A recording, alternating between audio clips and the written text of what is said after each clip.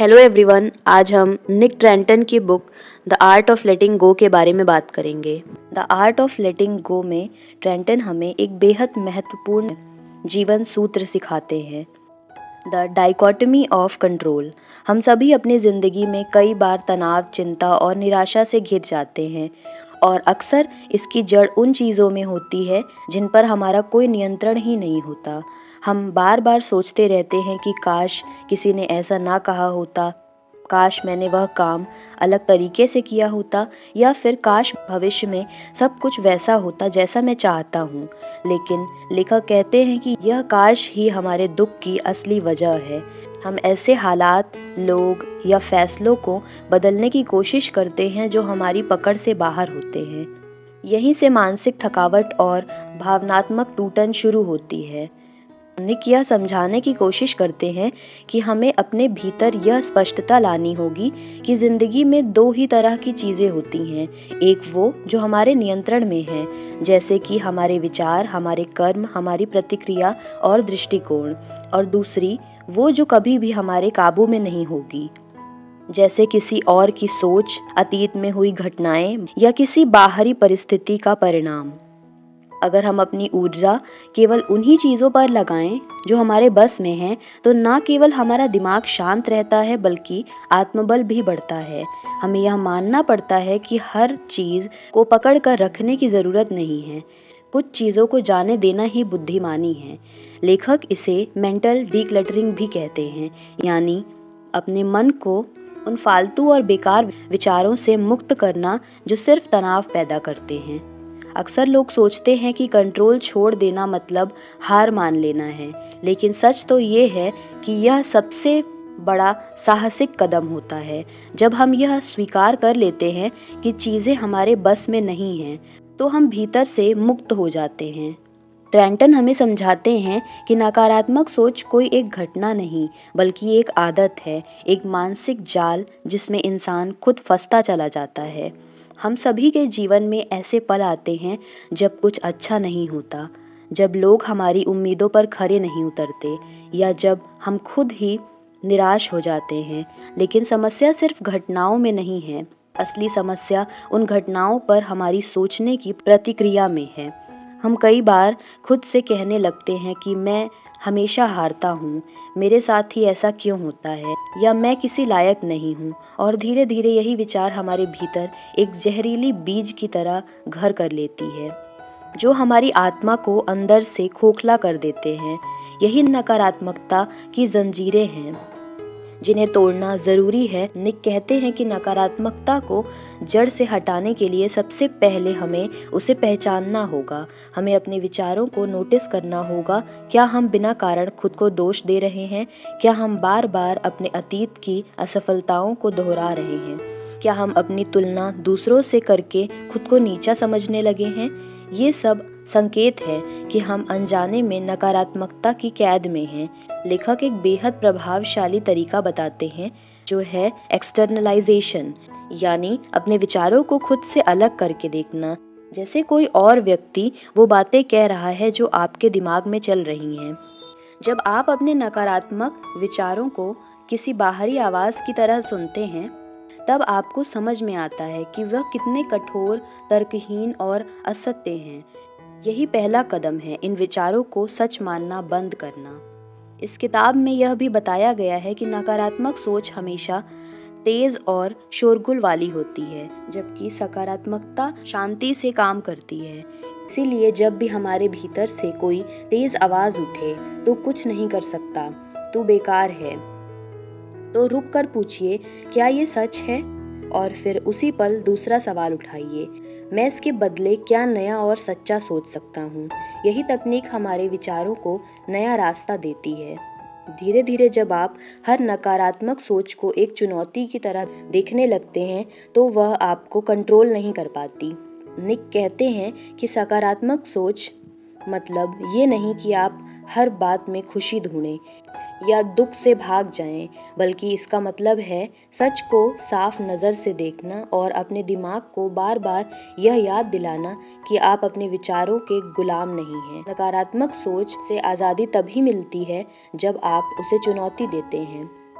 उससे सवाल करते हैं और उसे तोड़कर बाहर निकलने का फैसला करते हैं। जब आप खुद को यह इजाज़त देते हैं कि मुझे हर बार खुद को दोष देने की ज़रूरत नहीं है, तब आप अपनी सबसे बड़ी जंजीर तोड़ रहे होते हैं। निक हमें एक बेहद ताकतवर सोच की ओर ले जाते हैं जिसे कहते हैं द ग्रोथ माइंडसेट, यानी विकासशील मानसिकता। यह हमें ये समझाने की कोशिश करता है कि जिंदगी में आगे बढ़ने के लिए सबसे पहले हमें अपनी सोच का ढांचा बदलना होता है। हम अक्सर यही सोचकर रुक जाते हैं कि मैं ऐसा नहीं कर सकता, मुझ में वो काबिलियत नहीं है, मुझसे ये नहीं होगा, लेकिन यही सोच हमारी सबसे बड़ी रुकावट बनती है। लेखक कहते हैं कि असली आज़ादी तब मिलती है जब हम यह मान लेते हैं कि हम किसी भी स्थिति में बेहतर हो सकते हैं। अगर हम चाहें तो सीख सकते हैं, बदल सकते हैं और खुद को नया बना सकते हैं। यही है एक विकासशील मानसिकता का मूल। फिक्स्ड माइंडसेट वाला इंसान मानता है कि उसकी बुद्धि, उसकी क्षमताएं और उसकी आदतें स्थायी हैं, यानी जैसी हैं वैसी ही रहेंगी। ग्रोथ माइंडसेट वाला इंसान जानता है कि हर असफलता एक सीख है, हर ठोकर एक सबक है और हर नई कोशिश में आगे बढ़ने का मौका छुपा है। निक बताते हैं कि आप ग्रोथ माइंडसेट अपनाते हैं तो आप खुद को परखने के बजाय खुद को समझने लगते हैं। आप आलोचना से डरते नहीं बल्कि उसका स्वागत करते हैं। आप चुनौतियों से घबराते नहीं बल्कि उन्हें आगे बढ़ने का एक जरिया मानते हैं। यह सोच आपको अपने भीतर की संभावनाओं से जोड़ती है। लेखक समझाते हैं कि हम कैसे बचपन से ही फिक्स्ड माइंडसेट में डाले जाते हैं। जैसे जब कोई बच्चा गलती करता है और उसे कहा जाता है कि तू तो हमेशा यही करता है या तू तो कभी नहीं सुधरेगा, तो वो बच्चा धीरे धीरे ये मान लेता है कि वो जैसा है वैसा ही रहेगा। लेकिन लेखक हमें चुनौती देते हैं, अगर आप चाहें तो खुद को नए सिरे से गढ़ सकते हैं। आपका दिमाग एक मांसपेशी की तरह है, जितना आप उसे अभ्यास देंगे उतना ही वो मजबूत होगा। ग्रोथ माइंडसेट का मतलब है कि आप हर मुश्किल को एक अवसर मानें और हर असफलता को अपनी नींव बनाएं।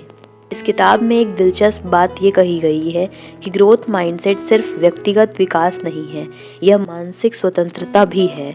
जब आप यह मानने लगते हैं कि आपकी ज़िंदगी के हर पहलू को बदला जा सकता है, जैसे कि आपकी आदतें, आपका सोचने का तरीका, आपका व्यवहार, तो आपको किसी बाहरी मान्यता की ज़रूरत नहीं रहती। आप खुद ही अपने शिक्षक, मार्गदर्शक और प्रेरणा बन जाते हैं। यही वह क्षण होता है जब इंसान खुद को जकड़न से निकालकर उड़ान भरने के लिए तैयार हो जाता है। निक कहते हैं कि आपको किसी भी मंजिल तक पहुंचने के लिए एकदम परफेक्ट होने की ज़रूरत नहीं है। आपको बस यह मानना होगा कि आप वहां तक पहुंच सकते हैं। और यही सोच जब दिल में उतर जाती है तब हर हार भी एक तैयारी बन जाती है, हर दर्द एक बदलाव की शुरुआत। ग्रोथ माइंडसेट से हम ना सिर्फ अपने वर्तमान को स्वीकार करना सीखते हैं बल्कि अपने भविष्य को बनाने की हिम्मत भी जुटाते हैं। खुद को सीमित मत मानो क्योंकि बदलाव तुम्हारे अंदर ही है। निक हमें बताते हैं कि छोड़ पाना सिर्फ भावनात्मक प्रक्रिया नहीं है बल्कि एक मानसिक कला भी है, एक मनोवैज्ञानिक यात्रा। हम सभी के जीवन में कुछ ऐसे अनुभव, लोग, यादें होती हैं जो समय के साथ बीत तो जाती हैं लेकिन हमारे मन में कहीं गहराई में जड़ें जमा लेती हैं। हम उन्हें बार बार सोचते हैं, पछताते हैं, दुखी होते हैं और यही दोहराव हमें आगे बढ़ने से रोकता है। सबसे पहली रणनीति है कॉग्निटिव रिफ्रेमिंग, यानी सोचने के फ्रेम को बदलना। जब हम किसी नकारात्मक अनुभव को बार बार उसी दृष्टिकोण से देखते हैं तो वह दर्द बार बार वैसा ही लगता है। लेकिन अगर हम उस अनुभव को एक नए चश्मे से देखें, एक सबक की तरह, एक जिम्मेदारी की तरह या एक बदलाव की शुरुआत की तरह, तो उस दर्द का प्रभाव धीरे धीरे कम हो जाता है। उदाहरण के लिए, अगर कोई रिश्ता टूटा है तो उसे मेरी हार की तरह ना देखकर एक नया अवसर की तरह देखें कि अब आप खुद को बेहतर तरीके से जान सकते हैं, आगे बढ़ सकते हैं और फिर खुद को संवार सकते हैं। दूसरी रणनीति इमोशनल एक्सपोजर एंड रिलीज, यानी भावनाओं का सामना करना और उन्हें बाहर निकालना। लेखक कहते हैं कि हम अक्सर अपने दुख, गुस्से या अपराध बोध को दबा देते हैं और यही दबाव हमें धीरे धीरे अंदर से तोड़ देता है। लेकिन जब हम उन भावनाओं को स्वीकार करना शुरू करते हैं, उन्हें एक डायरी में लिखते हैं, किसी भरोसेमंद इंसान से शेयर करते हैं, तो वह बोझ हल्का हो जाता है। लेखक इस प्रक्रिया को इमोशनल डिटॉक्स कहते हैं। जैसे शरीर को विषैले तत्वों से मुक्त करना, वैसे ही मन को भावनात्मक जहर से साफ करना। तीसरी गहरी रणनीति है एक्सेप्टेंस एंड कमिटमेंट, यानी जो हुआ उसे पूरी तरह स्वीकार करना और अब आगे की दिशा में खुद को समर्पित करना। लेखक हमें बताते हैं कि जब तक हम अतीत से लड़ते रहेंगे, तब तक हम वर्तमान को कभी पूरी तरह से जी नहीं पाएंगे। क्यों हुआ, मेरे साथ ही क्यों होता है, काश ऐसा ना हुआ होता, ये सवाल हमारे अंदर पीड़ा को और गहरा करता है। लेकिन जब हम एक क्षण के लिए रुकते हैं, सांस लेते हैं और कहते हैं हुआ जो हुआ, अब मैं खुद को इससे आगे ले जाऊंगा, तब हमारे अंदर एक शक्ति जागती है। यही मानसिक दृढ़ता की शुरुआत होती है। अंत में लेखक हमें एक बेहद साधारण लेकिन ताकतवर अभ्यास के बारे में बताते हैं, जो कि है विजुअलाइजेशन टेक्निक। हर दिन कुछ पल के लिए अपनी आंखें बंद करें और कल्पना करें कि आप उस नकारात्मक अनुभव को अपने हाथों से किसी नदी में बहा रहे हैं। देखिए कि वह दर्द अब धीरे धीरे पानी में घुलकर आपसे दूर जा रहा है। यह अभ्यास आपके अवचेतन मन को यह संकेत देता है कि आप बस उस बोझ से मुक्त हो रहे हैं। यह छोटा सा प्रयोग धीरे धीरे आपको भावनात्मक रूप से ताकतवर बनाता है। The art of letting go के आखिरी अध्याय का शीर्षक है मूविंग बियॉन्ड द हर्ट, यानी दर्द से आगे बढ़ना। यह अध्याय हमारे दिल को छूने वाला है, क्योंकि यह उन जख्मों की बात करता है जिन्हें हम सालों से अपने भीतर छुपा कर रखते हैं। किसी की बेरुखी, हमारे जीवन की असफलता या फिर खुद की गलती जिसने आत्मा को चीर कर रख दिया हो। लेखक निक हमें सिखाते हैं कि दर्द को समझना, स्वीकार करना और उससे आगे बढ़ना ही असली लेटिंग गो है, क्योंकि सिर्फ यादों को भूलना ही काफ़ी नहीं होता। असली हीलिंग तब होती है जब हम उस दर्द के बावजूद जीना सीख जाते हैं। लेखक सबसे पहले यह बताते हैं कि दर्द से भागना उसे और गहरा करना है।